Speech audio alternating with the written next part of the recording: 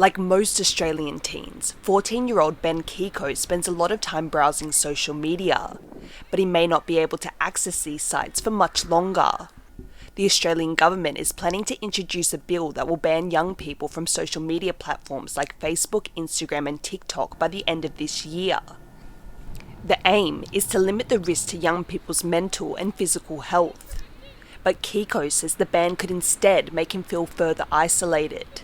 Being autistic, I have a really hard time connecting with others, and doing that online makes it a lot easier, a lot less stressful for me, and also connecting with a lot more people.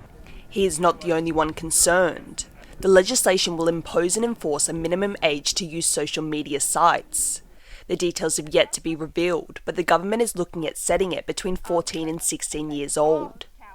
When the scheme was announced last month, Prime Minister Anthony Albanese said social media addiction was taking children away from real-life experiences with friends and family.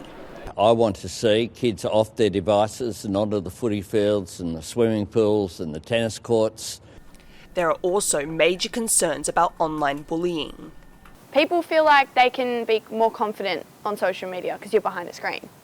But that also means that bullies can be confident. And that's not a good thing. They can just go, hey, you're ugly, and not feel anything because it's a text. The ban is also in response to predatory grooming and easy access to adult content, including pornography, which some critics say can normalise sexism and sexual violence. But digital culture experts from the University of Sydney believe a complete ban is not the right path to solve these issues, saying it could limit young people's access to critical support and meaningful social connection. Social media does present challenges and harms that young people experience. However, a ban is not the best way to go. There are a number of different strategies for addressing the kinds of challenges and negative experiences that young people encounter on social media. For long-term and more positive outcomes, Dr. Humphrey recommends educating young users and parents on the potential risks of social media, more effective parental controls, giving young people more control over their content, stronger regulations on advertising, and greater government pressure on platform providers to respond to requests.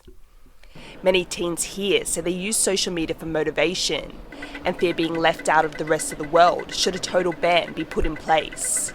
Well, in my opinion, I think they could ban certain videos that people can watch and say you can't post until you're 16 and over. That's a good one. Commenting should be banned.